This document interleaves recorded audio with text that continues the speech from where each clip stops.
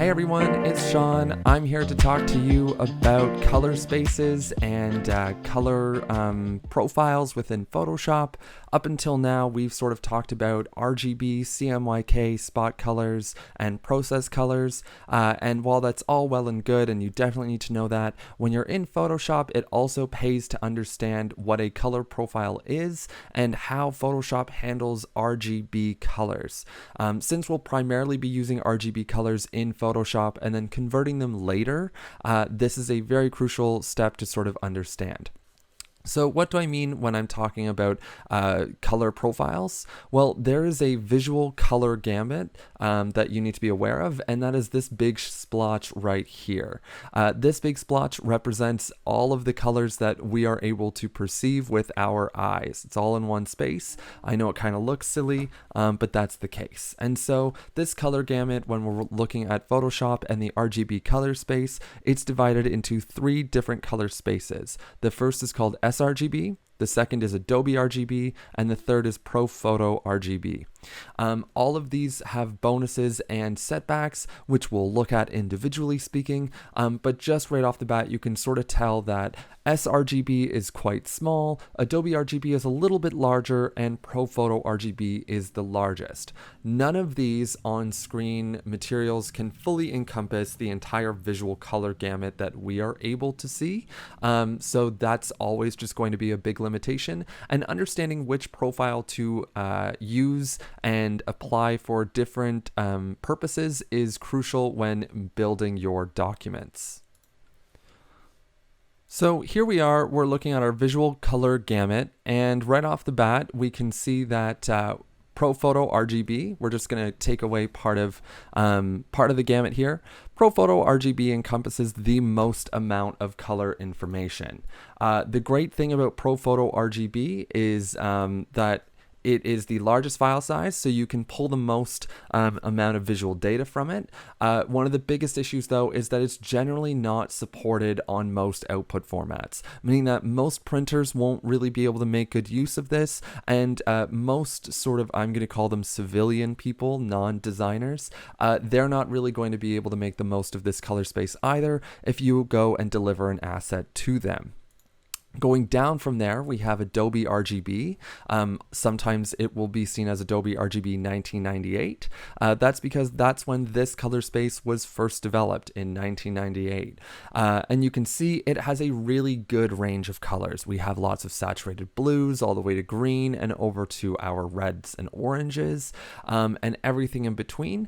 Adobe RGB is a fantastic color space as a general purpose.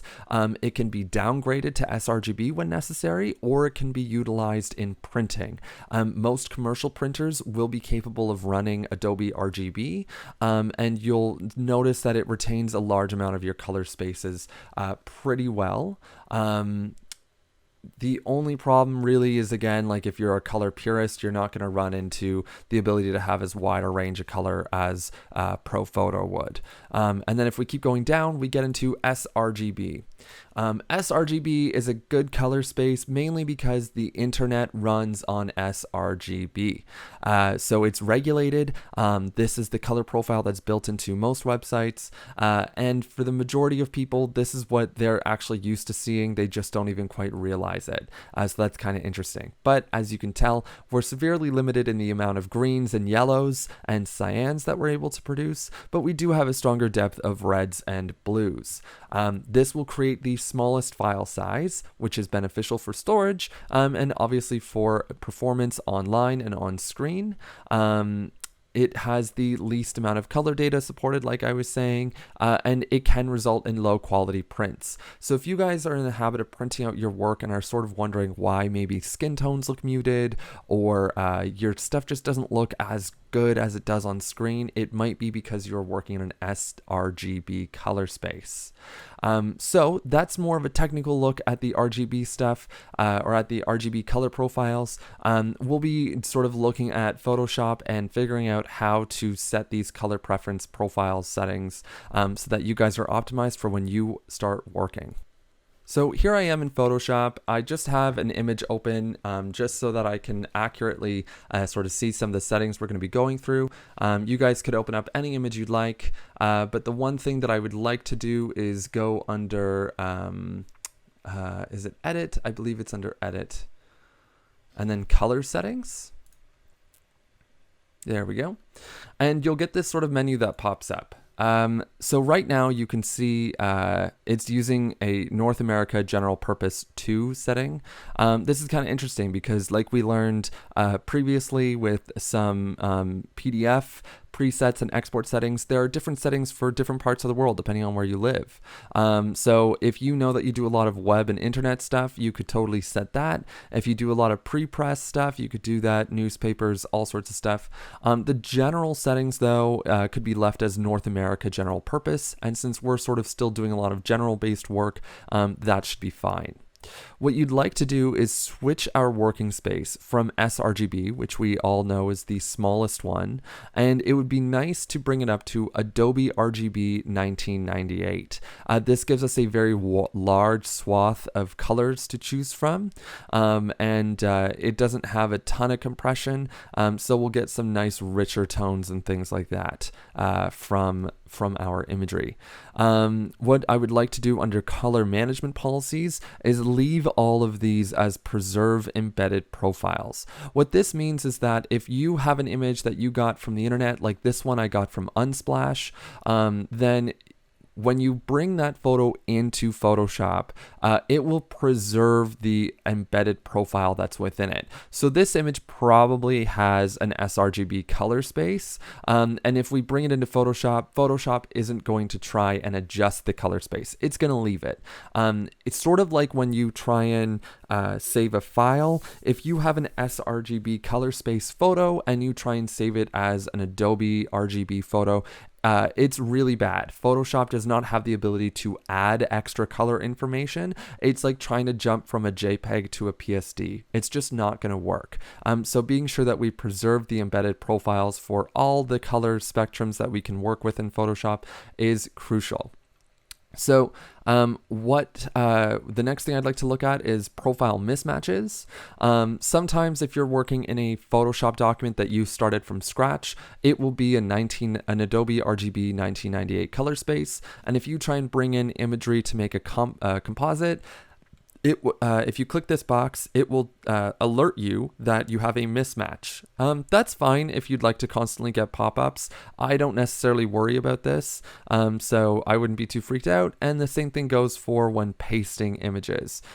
So, you can leave those unchecked if you kind of want to live in bliss and just deal with color spaces as they sort of as you work, but if you really want to be alerted to things right when you open them up, then you can click those. The one thing that I do want to make sure is checked on is missing profiles. This means that if you get an image from the internet or delivered from a client or anywhere really, and it's missing a color profile, which can happen, it's kind of rare, but it can happen, it will let you know when opening what color profile you would like to assign to it, and you can always just assign Adobe RGB. So make sure that that guy's checked on there. The rest of this we can kind of leave, and you'll notice now that our settings have become custom. They're no longer quite what they were, and that's fine, but they're pretty much based off of the same thing. So we can go ahead and hit OK. The next thing I'd like to teach you guys is the quick difference between assign profile and convert to profile. So assign profile will result in really muddy, dirty colors if we have a photo that is already assigned a color space, which this one is, it's sRGB.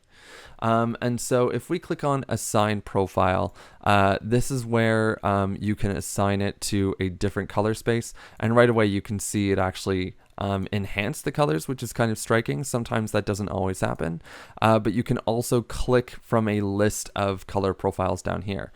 So we could click on sRGB 2.1, we could totally do that. You could also go up to Pro Photo, and it's going to really mess around with things. It's trying to write color information where there isn't any color information existing.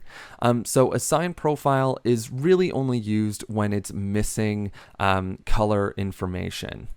you know? So there we go. Apple RGB is really toned down. Working RGB feels a little bit more natural. It gets rid of some of this milky haze that's being put over the photo. But again, assign profile. Only use it when when the picture comes in without a color profile assigned to it. Ideally, what you would normally use is this convert to profile. Convert to profile will take some mathematical calculations, and it will convert it from your current profile, which in this case seems to be custom 2 or C2, and we can assign a new color space to it. So we can assign Adobe RGB, and it will tell you what sort of conversion option it's doing. Always just leave these settings the same. You don't need to be getting into any crazy sort of stuff from in there. But you know, you can sort of use your best discretion when trying to choose a color profile that works for your purposes. Any of them, well, like try and stick with the ones that we've covered, because some of these get very, very specific. So generally speaking, working RGB should be fine. If you're trying to convert it later for printing, working CMYK would do as well. So yeah, that's sort of a quick explanation there on converting versus assigning color profiles. And after you do that, your color profiles will be set and ready to go. The last thing that I want to show you guys is the color mode. So right now we're on RGB color mode, and you can actually see really quickly because it says RGB right up here. If we change that color mode to CMYK, it will ask us, you were about to convert to CMYK. This may not be what you intended. You can choose a different color profile and whatever. Typically speaking, yeah, you're not really working in CMYK in Photoshop as you're building. You're sort of converting at the end. So that window message is kind of typical. And now we can see that on our tab here, or on the top of the window that you're working in, it'll actually say CMYK. This number beside it stands for the bit depth. 8-bit is sort of a standard bit depth. You can get 16 or 32. And basically what happens is when you go up in bit depth, the colors just become much richer and the file size can get larger because you're encompassing more colors sort of and more pixel density within your image. So something to be aware of. But that is a quick guide to color profiles and color settings within Photoshop. I'll catch you guys in the next video. See ya.